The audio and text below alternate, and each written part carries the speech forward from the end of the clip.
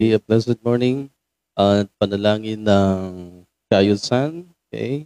Panalangin ng kagalingan, lalong-lalo na sa ating mga kapatid na nasa hospitals ngayon. Idalangin natin sa Diyos.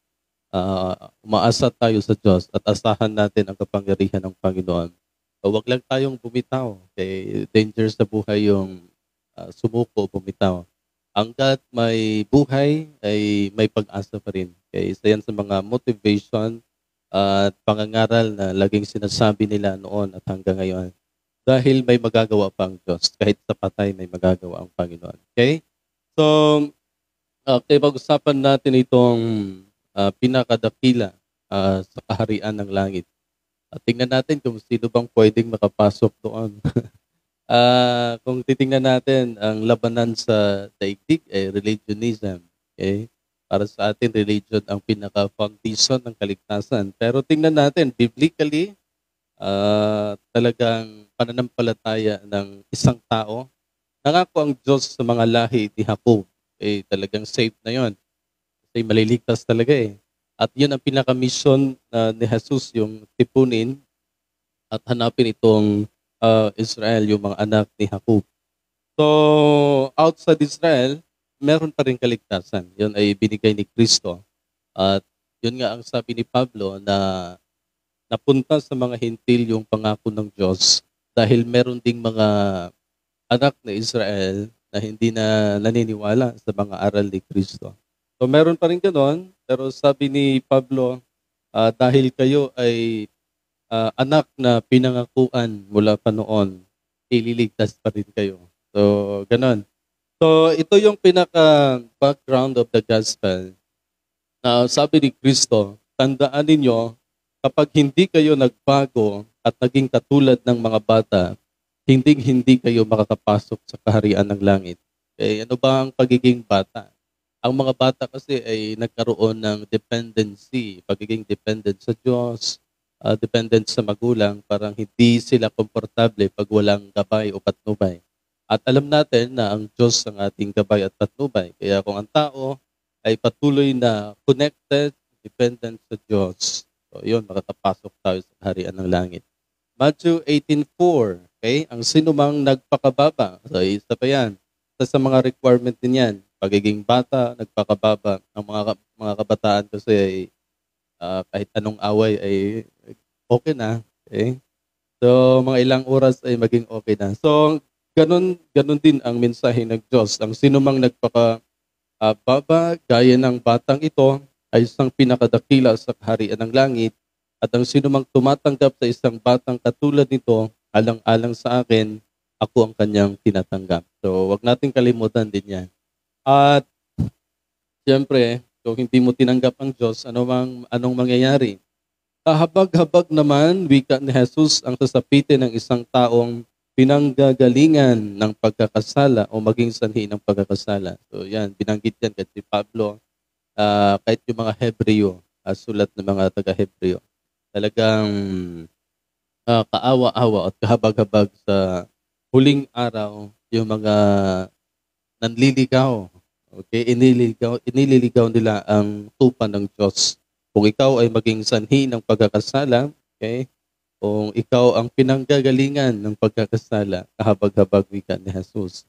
Matthew 8:6, mas mabuti pa sa isang tao ang sabitinan sa leeg ng isang malaking gilingang bato at ihulog sa kailaliman ng dagat kaysa siya'y magiging sanhi ng pagkakasala ng isa sa maliit na ito na nananampalataya sa akin. Yan. Okay, dapat naintindihan natin ito na hindi talaga pwedeng, although ang diablo ang pinaka source kung bakit hanggang ngayon ang tao ay nahihirapan, pero kung ikaw ay nasa kanya na, parang ikaw nang gumagawa ng paraan para malinlang ang tao, para ang tao ay mahirapan, so yan, mas maigi pang talian na lang yung liig mo at and then ihulog sa kailaliman ng dagat. So, yung mga mahilig manlinlang sa pananampalataya, okay, sa aral ng Diyos, ay kahabag-habag ang sasapitin niya sa huling araw. Kasi bukod sa wala ka pang pananampalataya, nililigaw mo pa ang mga tupa ng Panginoon. So yan, isa yan sa mga babala o paalala ni Kristo sa ating lahat. Sa huling araw, yan, mangyayari yan. So, sino lang ba ang pwedeng makapasok sa kaharian ng langit? So, pag-usapan natin kung merong pinakadakila sa kaharian ng Diyos, sino ba yung mga subordinate na pwedeng makapasok din doon? So, sa gospel, ang required ni Jesus ay maging kagaya ng bata. Okay? Pagiging dependent, and then, siyempre, yung mga bata ay masunurin din yon. Kahit pasaway, ay nakikinig din. Okay? Kahit ganun, pwede na sa kaharian ng Diyos. Sabi nga ni Kristo, kung ikaw ay sumasampalataya, naniniwala sa akin, yan, bigyan kita ng buhay na walang hanggan. Sa Revelation 21, 26, 27, ito yung sabi ni San Juan, dadalhin sa lunsod ng Diyos ang yaman at dangal ng mga bansa. Yan, dangal ha. Pinag-usapan dito ang dangal. Ngunit hindi makakapasok doon ang anumang bagay na marumi. Take note, sa kaharian ng Diyos ay mga banal lang doon. Kaya nga yung pinaka-mission ni Kristo ay gawing banal ang tao. Kasi tayo'y walang kakayanang maging banal. Maging banal lang tayo sa kalooban ni Jesus. Babaguhin niya eh. Kaya yung baptism, isa yan sa mga required dahil darating ang panahon na sa panahon na tayo matatakan sa ngalan ng Diyos, Ama, Anak at Espiritu Santo. At sa habag ng Diyos, babaguhin lahat. Lahat ng term na sinabi ni Kristo. Kaya kung tayo ay baptized in the name of God, the Father, Son, and Holy Spirit, isa yan sa mga tatak na ginagamit natin para mapabilang tayo sa buhay na walang hanggan. Ang mga tao lamang na, imagine hindi makakapasok doon ang namang bagay na marumi, ni ang mga gumagawa ng kasuklam-suklam, ni ang mga sinungaling. Nako, ang mga sinungaling. Walang lugar sa kaharian ng Diyos. Ang mga tao lamang na ang pangalan ay nakasulat sa aklat ng buhay na iniingatan ng kordero ang makakapasok doon kaysa sa lungsod na iyon. Sa Revelation ay binanggit din ni Juan doon na yung the 12 tribes of Jacob ay pasok na doon sa kaharian ng Diyos. At alam naman natin na si Jesus ay kagaya nung andito pa siya sa lupa. Alam niya na yung kanyang mission ay para lang sa mga Hudyo, yung mga hinirang ng Diyos. Pero may mga time na binigyan niya ng, parang nakikinig siya sa mga hintil eh. Di ba may isang babae nga, o nga Panginoon, aso man kami, wala kaming paniniwala, pero kumakain kami ng mga mumo sa ilalim na taapag ng mga anak ng Diyos. Ang ibig sabihin, na kahit hindi hayag ang kanilang pananampalataya araw-araw o weekly, and then sabi ng babae, naniniwala pa rin kami. Yan. Kaya nung lumapit yung babaeng iyon kay Kristo, sabi niya, ginang napakalaki ang iyong paniniwala. So, hindi basihan yung pagiging religious. Ang basihan ng Diyos ay yung paniniwala at laman ng ating mga puso. Totoo ba yan? Kasi may mga religious din na hindi naman totoo ang puso. Ang iniisip yung ginagawa. So, isa yan sa mga dapat nating tingnan kung nagnanais ka sa kaharian ng Diyos at mapabilang doon at upang hindi ka mailigaw o maligaw ninuman, dapat panghawakan mo ang mabuting aral na mula sa Diyos. Okay, maganda po yan. Sa panahon na isinasabuhay mo ang mga aral, talagang pilit kang iniingatan ng Diyos, papatnubayan ng Diyos para hindi ka mailigaw ninuman o hindi ka masyadong talagang mapasukan ng masamang layunin o pamantayan sa daigdig na ito. Kaya sa Hebrew 2:2, ang mensaheng ipinapahayag sa pamamagitan ng mga anghel ay napatunayang totoo at ang sinumang lumabag o hindi sumunod dito ay tumanggap ng kaukulang parusa.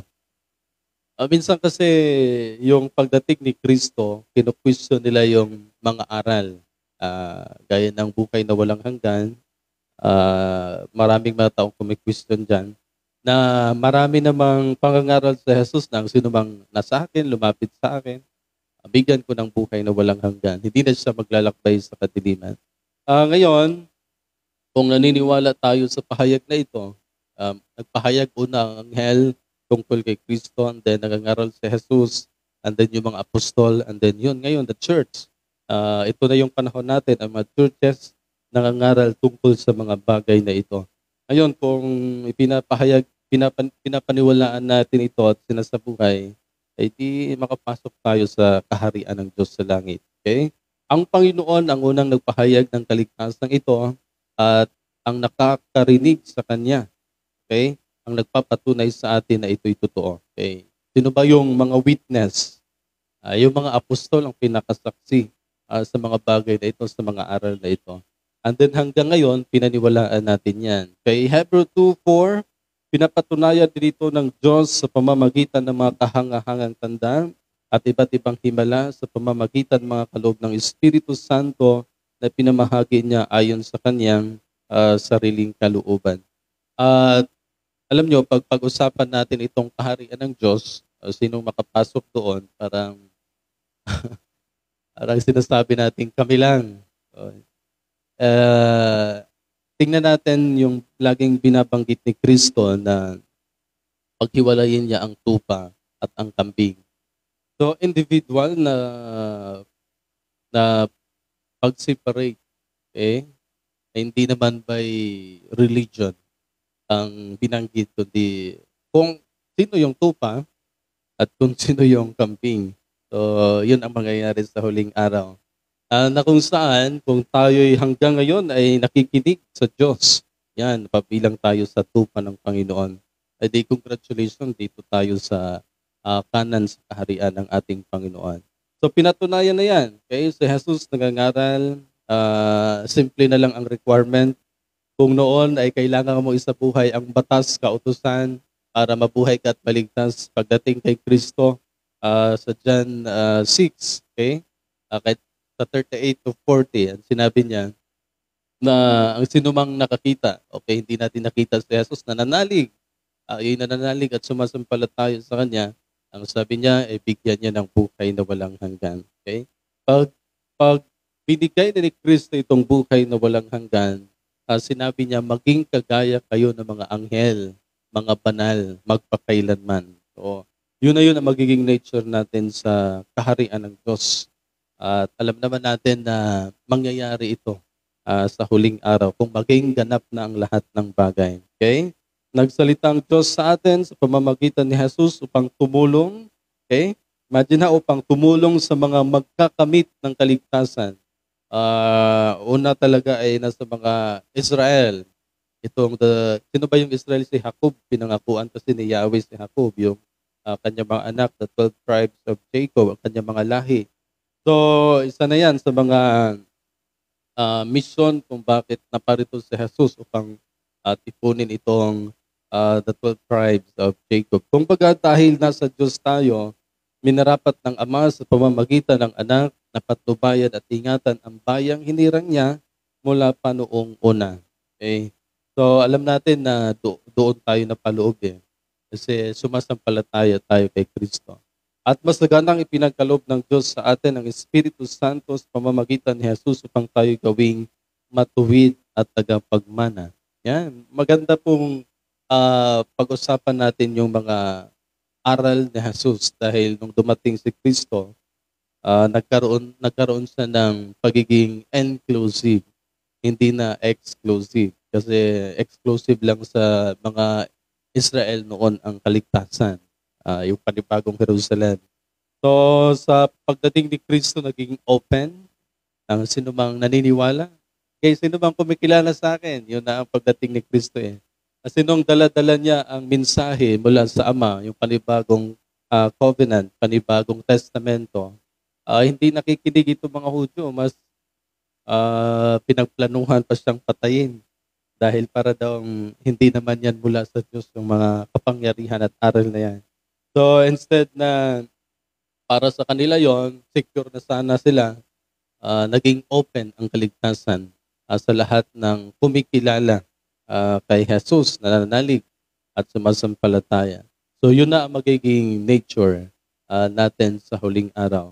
Na ang lahat ng kumikilala sa Kanya, naniniwala at sumasampalataya ay magkaroon ng kaligtasan at buhay na walang hanggan. So huwag nating kalimutan na meron pa ring procedure o requirement, parang prerequisite na dapat ganito ganito dapat tayo para pagdating ng huling araw, maging secured ang buhay natin sa buhay na walang hanggan. So wag nating kalimutan yung pagiging bata, kagaya ng mga bata.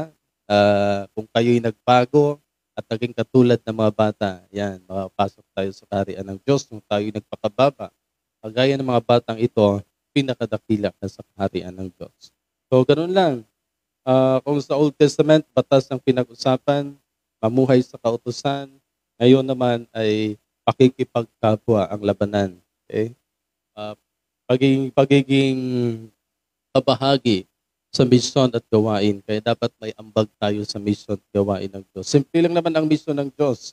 Pakainin ng mga nagugutom, yung mga walang damitan, yung walang pagkain, yan, bigyan. Yung mga napakasimple na lang kumpara noon na kailangan mo isabuhay ang batas at kautusan.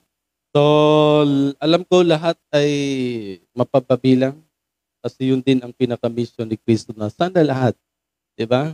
Na sana ang lahat ng ibinigay ng Ama sa anak ay, yun naman sabi ni Jesus na ni isa. Okay? Ni isa ay walang mawala, kundi lahat ay bigyan ng buhay na walang hanggan. So napakapalad natin sa panahon natin dahil si Jesus na mismo ang gumagawa ng paraan para mailapit tayo muli sa Diyos. Dati, kailangan mong isabuhay at patunayan. Pero si Jesus na ang gumagawa ng paraan. So, congratulations dahil yung panahon natin ay pinangakuan, maraming pangako. Kaya dapat wag nating sayangin ang pangako na ito. Isabuhay dapat natin dahil maraming bisa o benepisyo ang mga pangangaral na ito sa tao. Ngayon, kahit ngayon mararamdaman mo na ang bisa kapag ikaw ay sumasampalataya sa Diyos, lalo na sa huling araw. Kasi kung kilala ka na ng Panginoon na ito, mabait ito, mananampalataya talaga ito, pasok na.